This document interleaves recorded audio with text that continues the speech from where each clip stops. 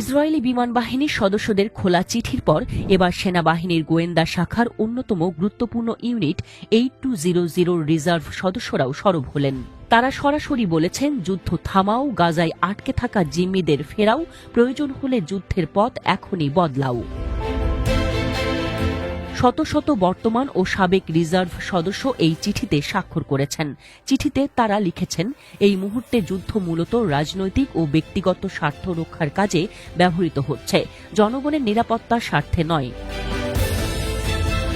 তারা সতর্ক করে দিয়েছেন, যুদ্ধ চালিয়ে গেলে কোনো লক্ষ্যই পূরণ হবে না, বরং এতে ইসরায়েলি জিম্মি, সৈনিক ও বেসামরিক মানুষ মরবেন।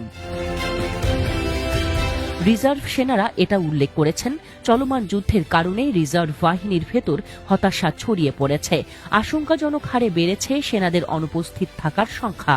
তারা উদ্বেগ প্রকাশ করে বলেছেন, এটি ইসরায়েলের সামরিক শক্তির উপর দীর্ঘমেয়াদে প্রভাব ফেলবে।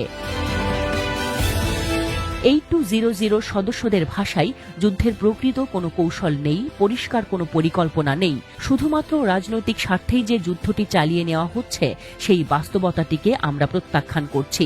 তারা সরাসরি বলছেন, আমরা দেখছি হামাস এখনও গাজার নিয়ন্ত্রণে রয়েছে, নতুন যোদ্ধা সংগ্রহ করছে, অথচ সরকার এখনও পর্যন্ত এদের উৎখাতের কোনো বাস্তবিক রূপরেখা জনগণের সামনে হাজির করতে পারেনি। চিঠিতে আরও বলা হয়েছে, 1 বছরেরও বেশি সময় ধরে সামরিক অভিযান চালিয়েও গাজায় হামাসের সুড়ঙ্গগুলোতে আটকে থাকা জিম্মিদের উদ্ধার করা সম্ভব হয়নি। তারা এখনও জীবন্ত পচে মরছে। সরকার এই চরম ব্যর্থতার দায় নিচ্ছে না। তারা স্বীকারও করছে না যে এই সংকট মোকাবেলার কোনো কার্যকর পরিকল্পনা তাদের হাতে নেই, আর সামরিক সমাধান যে একরকম অকেজো হয়ে গেছে তাও পরিষ্কার। এই অবস্থায় চিঠির মূল দাবি একটি বাস্তবসম্মত চুক্তিতে পৌঁছানো। চিঠিতে বলা হয়, শুধু একটি বাস্তবসম্মত চুক্তিই জিম্মিদের নিরাপদে ফিরিয়ে আনতে পারে। এখনই যুদ্ধ থামাও, জিম্মিদের বাড়ি ফেরাও। প্রতিটি অতিবাহিত দিন ওদের মৃত্যুর দিকে ঠেলে দিচ্ছে, আর প্রতিটি মুহূর্তের দেরি আমাদের জাতীয় অপমান।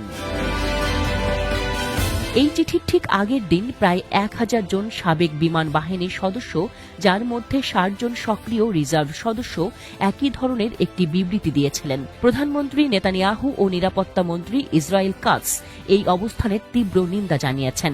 স্বাক্ষরদাতাদের মধ্যে যারা সক্রিয় রিজার্ভে রয়েছেন তাদের বরখাস্তের ব্যাপারেও চিন্তা করা হচ্ছে। একই প্রেক্ষাপটে 150 জনেরও বেশি সাবেক নৌবাহিনীর কর্মকর্তা ও বেশ কিছু রিজার্ভ চিকিৎসকও পৃথক পৃথক চিঠিতে যুদ্ধ